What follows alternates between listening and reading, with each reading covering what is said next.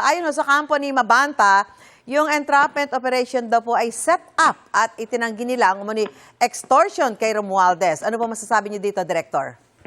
Well, unang-una po siguro yung choice of word na set up ay hindi rin angkop dahil pag sinabi mo talagang set up, entrapment operation, sineset up talaga yun. Hindi po ba? Baka sa kanila naman po nang galing. Ngayon, yan naman po, kita naman po yung buong proseso, very transparent. There is media personalities na mga nandoon to monitor the operation.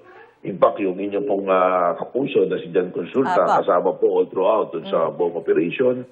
At sila po yung nakipag-ugnayan sa grupo ni dating Speaker Martin Romualdez. Ano po yung reaction nyo doon sa sinasabi po ng mga taga-suporta ni na Mabanta na paglabag daw po ito sa freedom of expression, yung ginawang pag-aresto kay na Mabanta?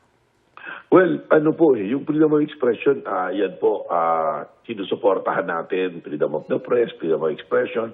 Pero kung ang isa pong material na gagamitin sa pagpapahayag ng kanilang saloobin, ay gagamitin para po gumawa ng illegal na bagay, kagaya po nito, pangingikil, paghingi ng pera para at pananakot, hindi po tama yun. At yun po ay outside na po, mali na po yan, hindi na po freedom of expression pinag-uusapan doon, kundi paglapag na po sa batas ng ating republika. May nakuha ba mga dokumento yung NBI kaugnay ho doon sa mga ebidensyang hawak umano nila laban kay Romualdez? May mga nakuha ba kayo?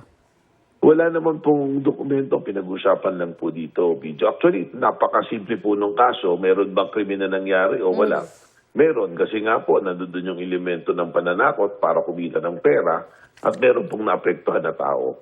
So doon pa lang po, actually, all the other things, yung mga sinasabi ni set up yan, political yan, natatakot sa media or anything, hindi po material yan doon sa kaso. Pinag-uusapan lang po natin ay may nangyari bang krimen. At pag pinag-uusapan po ang krimen, ang pinag-uusapan, yung facts, ano yung nangyari, ano yung mga factual na nangyari. May inilabas na video ang PGMN tungkol kay Congressman Martin Romualdez. Napanood nyo na ho ba ito? At ito ho ba'y mayroong bigat doon sa sinasagawa ninyong investigasyon ukol sa umano'y pangingikil?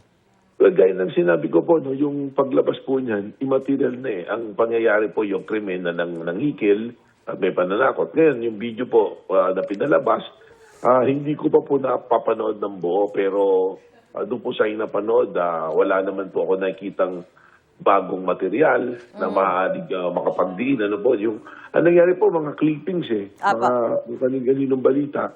So, hindi ko po makita ko ano yung bago doon. So far sa napanood ko po, hindi ko pa po napanood ng buo. So parang compilation po, ganon? Parang kinonfile po. Doon po sa bahagi na napanood ko, mga kalahati po siguro yung napanood ko. Hindi nyo pa natapos? Hindi pa po, madaling araw na po yun. Opo. Di balitaan nyo kabe pag natapos yun na, Director? Kapag natapos yun na panood? Kagaya ng sinabi ko, Ma'am Susan, hindi na po material yun eh. Yung video na yan, tsuri na lang po yan para sa, we go to the motive sa depensa at sa prosecution, kung paano po nila i-appreciate at ipipresenta po sa korte. Itong PGMN anchor na si CJ Hero, ano po ang update? Ito ba ipapatawag ninyo? Ano ho ba? Sasampina? Paano po ang gagawin? Pinasampina na po namin siya. We tried to serve the sampina dun sa mga address niya at opisina po ng PGMN. Wala po siya nung panahon na sinasampina, nowhere to be found. Pero alternative service, pinadala po namin sa kanilang kilalang abogado. At dapat po ngayon po siya expected dumating dito po sa tanggapan ng National Bureau of Investigation. Paano kung hindi ho siya dumating dyan ngayong araw na ito? Anong mangyayari? We'll proceed from there kung paano po pwedeng patawag po ulit or kung enough na po yung ebidensya na hawak para siya ipawalang sala or isama sa kakasuhan. Ano yung susunod na hakbang ng NBI matapos makapagpiyansa sina Mabanta at yung iba pa niyang kasamahan?